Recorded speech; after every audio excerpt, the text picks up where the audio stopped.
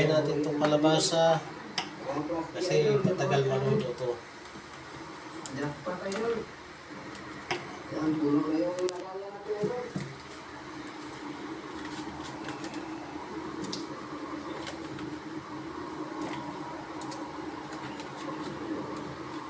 Mga guys, ito na. Ilagay na natin yung sigarilyas at sitaw.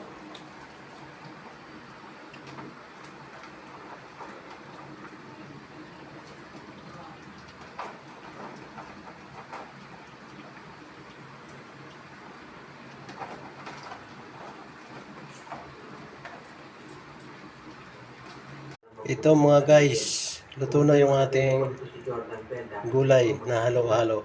Ayan na yung forma niya nung maluto siya.